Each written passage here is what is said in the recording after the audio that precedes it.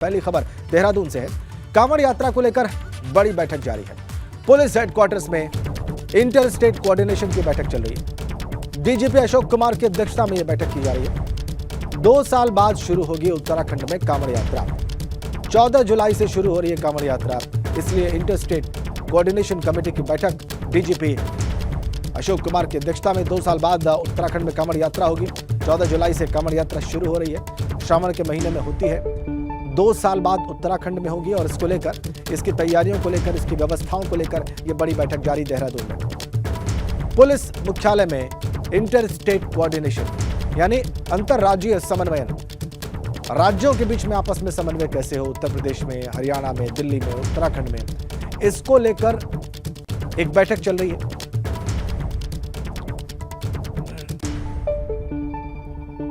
तो कांवड़ यात्रा को लेकर बड़ी बैठक देहरादून में। इस वक्त की बड़ी खबर,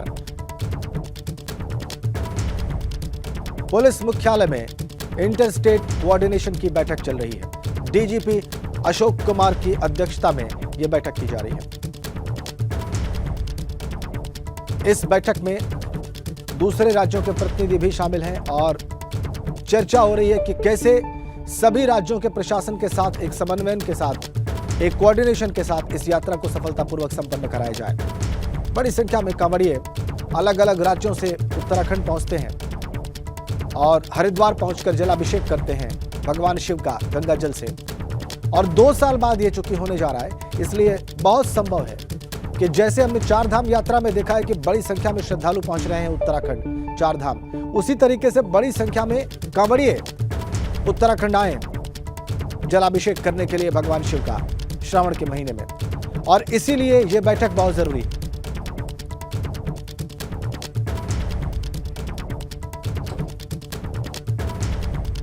दो साल बाद उत्तराखंड में कांवड़ यात्रा 14 जुलाई से शुरू होगी। यह इस वक्त की बड़ी खबर। डीजीपी अशोक कुमार की अध्यक्षता में इंटर स्टेट कोऑर्डिनेशन कमेटी की बैठक चल रही है।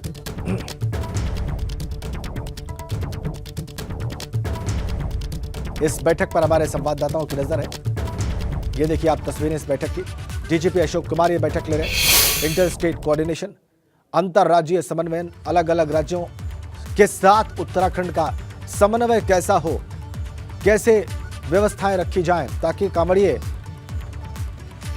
सहूलियत के साथ उत्तराखंड में आए, यहां से सुरक्षित वापस जाएं, कोई तकलीफ किसी को ना हो, न कांवड़ियों को, न दूसरे तीर्थ यात्रियों को, न स्थानीय लोगों को। और ये पूरी कांवड़ यात्रा जो लगभग 1 महीने तक चलती है, ये संपन्न हो सफलतापूर्वक। ये कैसे संपन्न हो, इसकी व्यवस्था क्या की जाए, इसी के लिए यह मीटिंग चल रही है इंटर स्टेट कोऑर्डिनेशन की।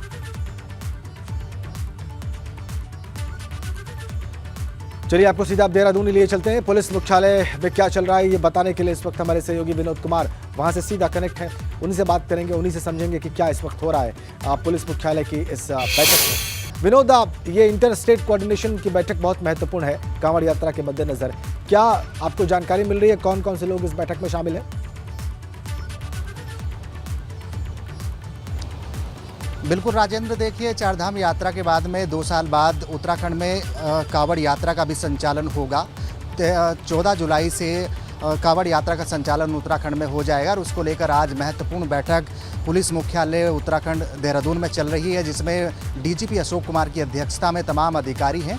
6 राज्यों के इसमें अधिकारी हैं, जिसमें दिल्ली है, राजस्थान है, उत्तर प्रदेश है, हिमाचल है और तमाम राज्य हैं जहाँ से भी बड़ी संख्या में कांवड़ यात्री उत्तराखंड में आते हैं, तो वहाँ के तमाम अधिकारी इस बैठक में शामिल है। कुछ लोग यानी कुछ वरिष्ठ अधिकारी वर्चुअल भी इस बैठक से जुड़े हुए हैं और तमाम का जो संचालन होगा उत्तराखंड में कांवड़ यात्रा का, उसको लेकर गहनता से विचार चल रहा है कि आखिरकार किस तरीके का प्रारूप इस बार कांवड़ यात्रा का होगा और सीमाओं पर किस तरह की चौकसी होगी, क्योंकि उत्तर प्रदेश और दिल्ली हो या हिमाचल हो, हरियाणा हो, तमाम ये ऐसे स्टेट्स हैं जहां से बड़ी संख्या में कांवड़ यात्रा यात्री उत्तराखंड में आते हैं। और जिस एक बड़ी सुरक्षा की दृष्टि से भी महत्वपूर्ण ये बैठक है, क्योंकि तमाम राज्यों के वरिष्ठ अधिकारी इसमें हैं, आईबी हो या तमाम अन्य पुलिस के अधिकारी हों, सभी इस पर विचार विमर्श कर रहे हैं। क्योंकि कांवड़ यात्रा एक बड़ा चुनौती उत्तराखंड में है, क्योंकि चारधाम यात्रा चल रही है और यात्रा के दौरान ही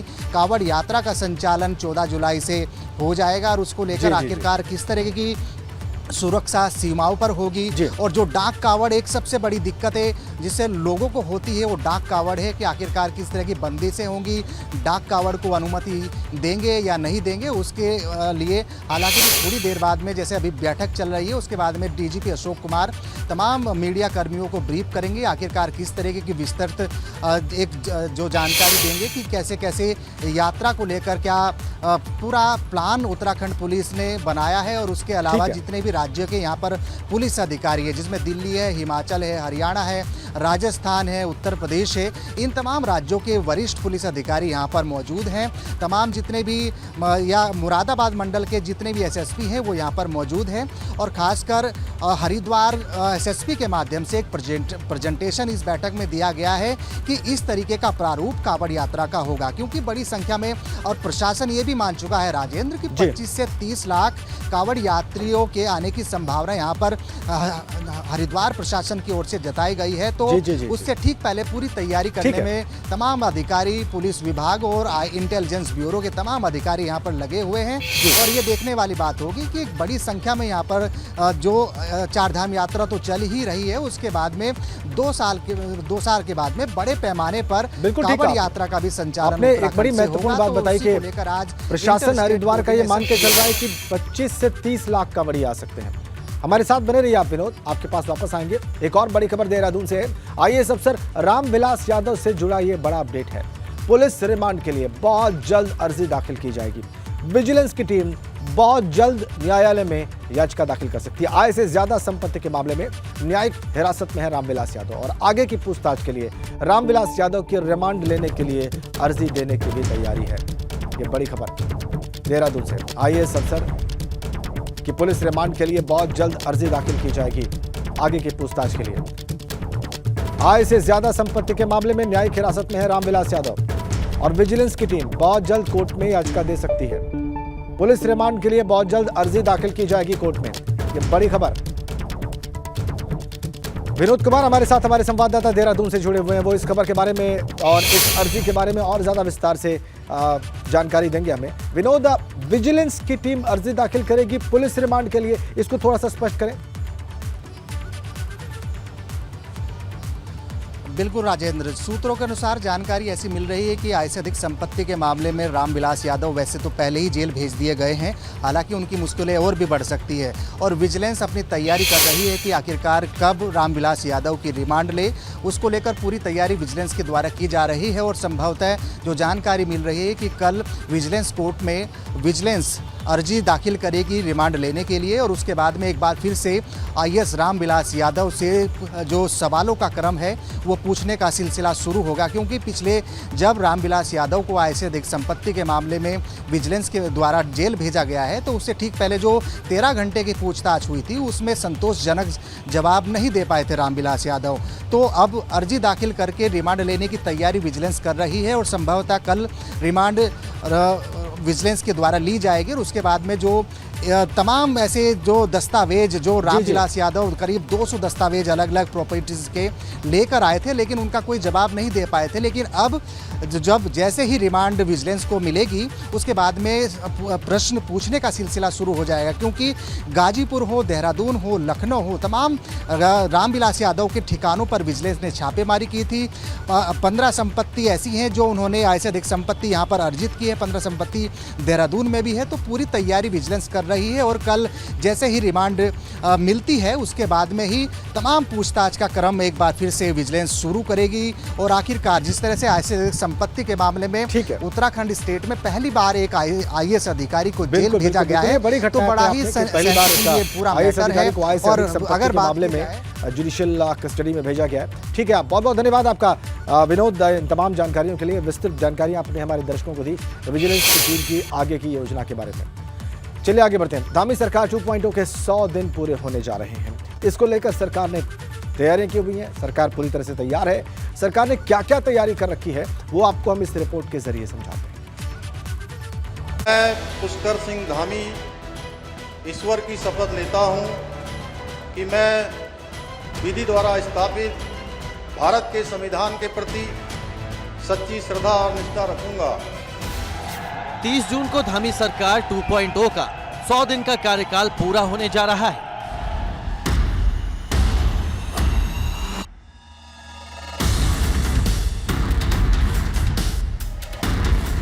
और सरकार विकास पुस्तिका की शक्ल में 100 दिन के कामकाज को जनता के बीच रखने जा रही है। इस दौरान 3 साल और 8 साल का रोड मैप विकास पुस्तिका के माध्यम से तैयार होगा। यही वजह है कि सभी कैबिनेट मंत्री पूरी शिद्दत के साथ अपने अपने विभाग की रिपोर्ट तैयार करने में जुटे हैं। मंत्रियों का दावा है कि उन्होंने तय टारगेट के मुताबिक सफलता हासिल कर ली है। 30 तारीख को माननीय मुख्यमंत्री जी के कर कमलों द्वारा एक सैनिक विश्राम गृह चंपावत के टनकपुर में और दूसरा गोपेश्वर में उसका शिलान्यास हम करने जा रहे हैं। प्रधानमंत्री कौशल विकास योजना के माध्यम से जिन बच्चों को रोजगार उपलब्ध हुआ है उनके नियुक्ति पत्र मुख्यमंत्री के कर कमलों द्वारा दिए जाएंगे। ये इस बात का संकेत है कि 100 दिन के अंदर सभी मंत्रियों ने अपने अपने विभाग में पूरा टाइम दिया है और उसके परिणाम भी सामने नजर आए। कैबिनेट मंत्री गणेश जोशी का दावा है कि सरकार ने पिछले 100 दिनों में कई ऐतिहासिक फैसले लिए हैं, लेकिन उनके इन दावों पर विपक्ष ने सवाल खड़े कर दिए हैं। अंतरिम सरकार से लेकर अभी तक 2017 तक 35,000 करोड़ का लोन आया, जिसमें सिडकुल बना, जिसमें बड़े बड़े पुल बने, जिसमें बड़े बड़े फ्लाईओवर बने और कई संस्थानों को उत्तराखंड में बनाया गया। और 2017 से जब बीजेपी की सरकार आई और 2022 तक 70,000 करोड़ रुपए का लोन लिया और ज़मीन में कुछ भी दिखाई नहीं दे रहा है। तो ये साबित करता है कि सरकार पूरी तरीके से फेल है और बंदरबाट इस राज्य में बुरी तरीके से हुई है। दरअसल 23 मार्च को जब मुख्यमंत्री धामी ने शपथ ली थी, तब शपथ के साथ ही भाजपा संगठन और सरकार ने 100 दिन का टारगेट भी तय कर दिया था और अब सरकार के 100 दिन भी पूरे हो रहे हैं।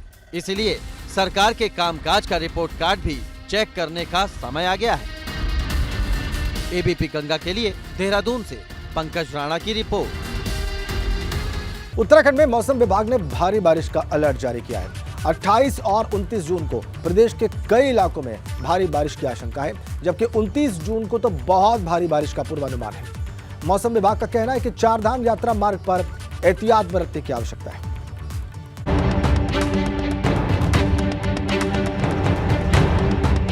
मॉनसून की दस्तक के साथ ही उत्तराखंड में आफत के बादल मंडरा रहे हैं।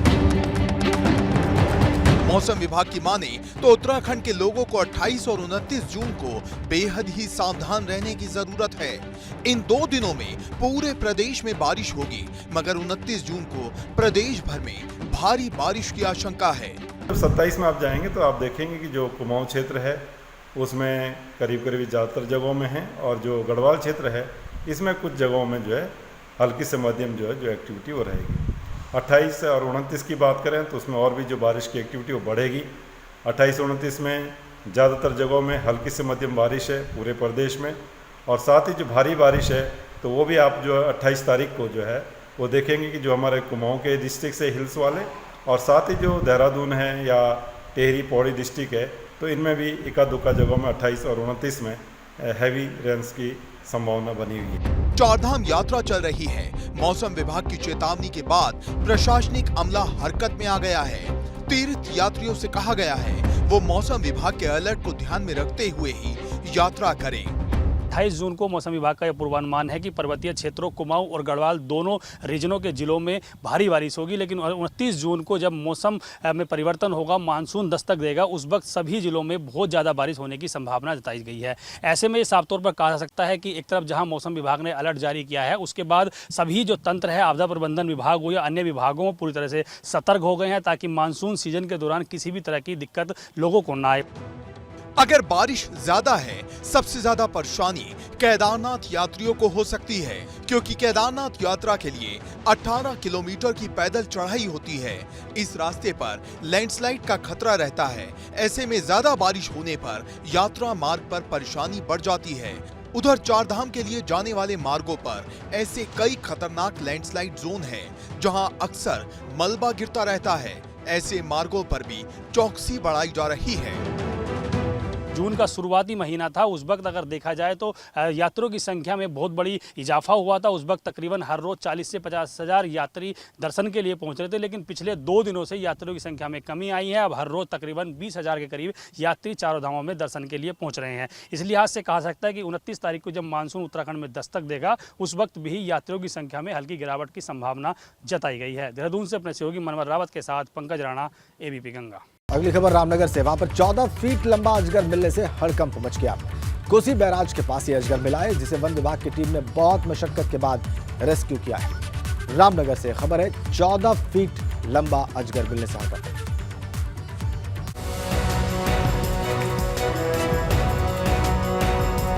रामनगर में 14 फीट लंबे इस अजगर की दहशत राहगीरों के जहन में अब तक है। पेड़ पर लिपटे इस विशालकाय अजगर को देखिए। अगर कोई इसके चंगुल में फंस जाए तो क्या उसकी जान बच पाएगी? भारी भरकम शरीर और इसकी डरावनी काया राहगीरों को दहशत में डाल रही है। ये अजगर कोसी बैराज में एक पेड़ पर चढ़ा हुआ था। राहगीरों की जानकारी देने पर वन विभाग की टीम मौके पर पहुंची और अजगर को रेस्क्यू करने की कवायद शुरू हुई। मगर यह अजगर इतना खतरनाक और फुर्तीला है कि इसे पकड़ने के लिए वन विभाग की टीम के भी पसीने छूट गए। बड़ी सावधानी से एक टीम के मेंबर ने अजगर के मुंह को पकड़ लिया ताकि ये किसी को नुकसान न पहुंचा सके। फिर इसे बैग के अंदर डाला गया, मगर अजगर की पकड़ इतनी मजबूत है कि वो खुद को छुड़ाने की कोशिश कर रहा है। मगर टीम के मेंबर ने बड़ी सावधानी से उसे किसी तरह से बैग के अंदर बंद कर दिया।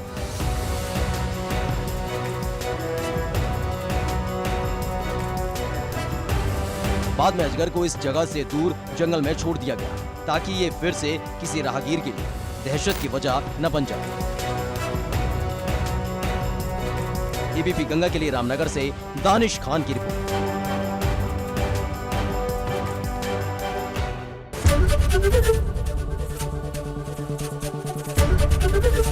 ABP गंगा, खबर आपकी, जुबान आपकी।